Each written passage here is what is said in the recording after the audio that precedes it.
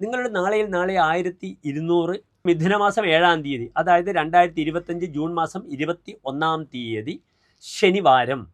നാളെ ശനിയാഴ്ച തൃശ്ശൂർ സൂര്യോദയം കാലത്ത് 6:08, അസ്തമയം വൈകിട്ട് 6:48 നാളത്തെ രാഹുകാലം നിങ്ങൾക്ക് ഇന്ന് പരിചിതമായി കഴിഞ്ഞു. ശനിയാഴ്ച കാലത്ത് 9 മുതൽ 10:30 വരെയുള്ള സമയമാണ് നാം രാഹുകാലമായി കണക്കാക്കുക. ഈ സമയത്ത് ശുഭകാര്യങ്ങളൊന്നും നാം അനുഷ്ഠിക്കാറില്ല തന്നെ. നാളത്തെ നക്ഷത്രങ്ങളുടെ ആരംഭ നക്ഷത്രമായ അശ്വതി നക്ഷത്രമാകുന്നു. അശ്വതി എല്ലാ ശുഭകാര്യങ്ങൾക്കും നാം സ്വീകരിക്കുന്ന നക്ഷത്രമാകുന്നു. ഉത്രത്രയത്തിൽപ്പെടുന്ന നക്ഷത്രമാകുന്നു അശ്വതി. ഉത്രമത്തം ചിത്ര, ഉത്രാടം തിരുവോണം അവിട്ടം, ഉത്രട്ടാതി രേവതി അശ്വതി. ഇവിടെ അശ്വതി സാധാരണ നാം മരുന്ന് കഴിക്കുവാൻ ഏറ്റവും അനുകൂലമായ നക്ഷത്രമാകുന്നു. കാരണം എന്താണ്? നക്ഷത്രത്തിൻ്റെ അധിപനായ ഗ്രഹം അശ്വിനി ദേവതകളാണ്. അവർ സ്വർഗത്തിലെ വൈദ്യന്മാരാകുന്നു. അതിനാൽ മരുന്ന് സേവിപ്പാനൊക്കെ അശ്വതി നക്ഷത്രം വളരെ അനുകൂലമാണ്. അശ്വതി നക്ഷത്രത്തിന് ആരംഭിക്കുന്ന മരുന്ന് വളരെയധികം ശാരീരികമായി സൗഖ്യത്തെ പ്രദാനം ചെയ്യുമെന്ന് ഉത്തമ വിശ്വാസമുണ്ട്. നാളെ കാലത്ത് 8 മണി വരെ കറുത്തപക്ഷത്തിലെ ദശമി തിഥിയാകുന്നു. 8 മണി മുതൽ കറുത്തപക്ഷത്തിലെ ഏകാദശി തിഥിയാണ്. എന്താണ് ഏകാദശി തിഥിയുടെ പ്രത്യേകത?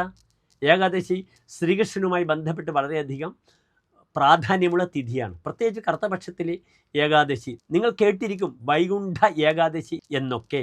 അതിനാൽ കറുത്തപക്ഷത്തിലെ ഏകാദശി വ്രതം ആചരിക്കുന്നുണ്ട്. ഗുരുവായൂരിൽ പോയി കൃഷ്ണനോടുള്ള ഒരു അചഞ്ചലമായ ഭക്തിയും കൂറും പ്രകടിപ്പിക്കുവാൻ എല്ലാ ഏകാദശി വ്രതവും നോക്കുന്ന അമ്മമാരുണ്ട്. അവർ കൃഷ്ണനിലുള്ള ഒരു അചഞ്ചലമായ ഭക്തിയാണ് അതിന് കാരണം.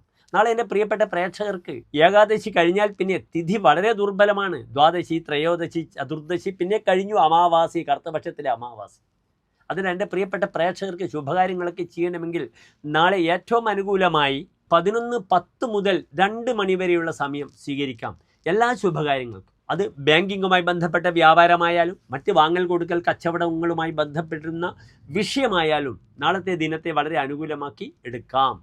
നാളെ അശ്വതി നക്ഷത്രമാകയാൽ നക്ഷത്രാധിപനായ ഗ്രഹം കേതുവാകുന്നു അശ്വതി മകം മൂലം. അതിനാൽ എൻ്റെ പ്രിയപ്പെട്ട പ്രേക്ഷകർക്ക് അടുത്തുള്ള സർപ്പസംഗീതത്തിൽ ചെന്ന് അവിടെ രാഹുകേതു പൂജ ചെയ്യാം.